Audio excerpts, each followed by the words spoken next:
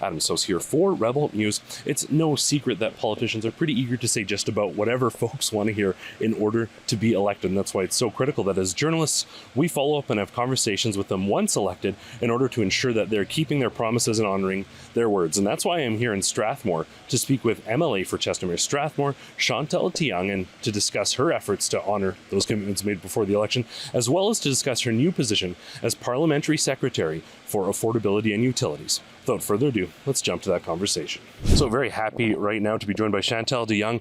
We spoke a little bit before the election. By the way, congratulations on the win. And much of what you emphasized was sort of anchored on jobs, economy, but something that relates to your new position, which we'll talk about in just a moment. But affordability, costs, all those things, you thought that those would be probably pretty critical elements for many folks in Alberta. Is that still the position that you hold? Yes, that was something that we heard at the doors during the election, and it continues to be a priority for Albertans as well as for our government. So I am now the Parliamentary Secretary for Affordability and Utilities, and so we're fulfilling our mandate, fulfilling our goals to keep life affordable for Albertans, and proactively doing everything we can to address the cost of utilities, of housing, of food, of insurance, and other essential services. So for folks out there who maybe aren't aware with sort of the structures and the titles, what precisely does a Parliamentary Secretary for Affordability and Utilities do? Great question. So my role as Parliamentary Secretary would be to support and work with Minister Nathan Neudorf, who's the Minister of Affordability and Utilities. Our ministry does a lot of cross-ministry work, so we collaborate with other ministries to address the cost of those things I mentioned earlier. So, for example, recently a $68 million investment was made in affordable housing for low-income Albertans. We would work with Minister Nixon with that announcement as well, and just to collaborate between ministries. Wonderful. So I suppose whether it's the NDP or Justin Trudeau or the UCP during an election, everyone is going to talk about bringing costs down and making life more affordable. We've seen with some of those other parties, obviously that's not what they do. When push comes to shove, are there sort of active initiatives? I mean, you can talk about the fuel credit or whatever it may be, but what are some of the active initiatives that are already in place? And are there anything sort of coming on the horizon for people out there who have heard a lot of talk about affordability, but are maybe hoping for more action? Mm-hmm.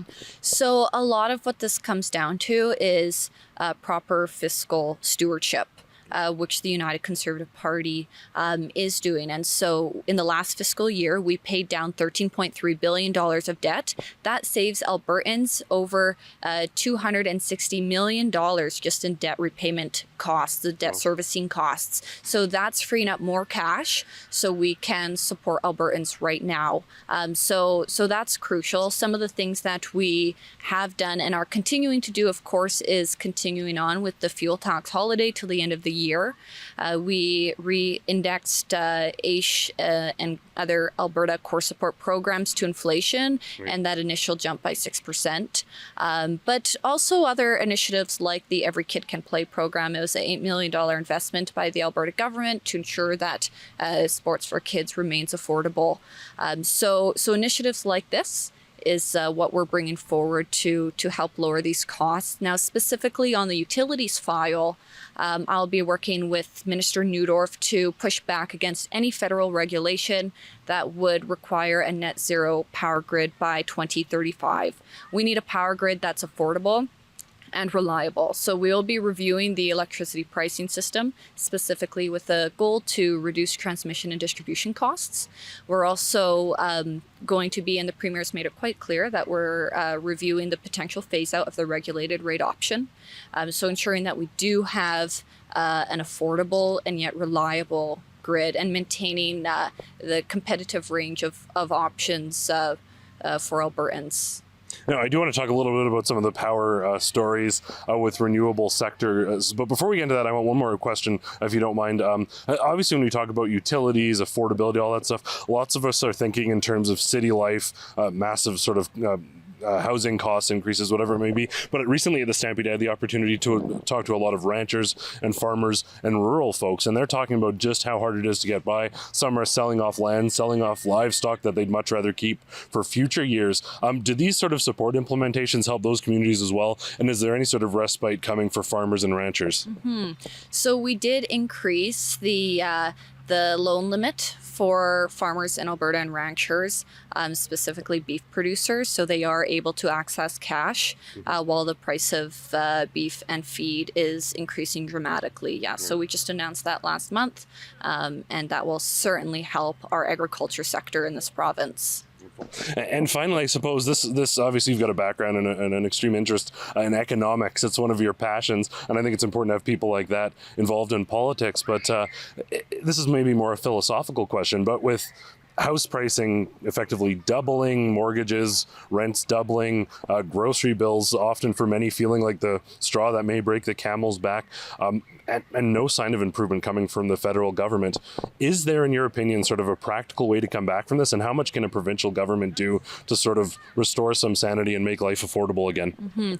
Well, it is certainly the out-of-control spending by Justin Trudeau's Liberals that is driving so much of these price increases that we're seeing. So our provincial government steps in and proactively does everything that it can to lower the cost of utilities, as we chatted about, fuel through the fuel tax holiday, of housing through programs like our affordable housing program, the $68 million investment recently announced, and also grocery prices, right? Ensuring that we do have a competitive range of options for Albertans, and continuing to support Albertans right here and now.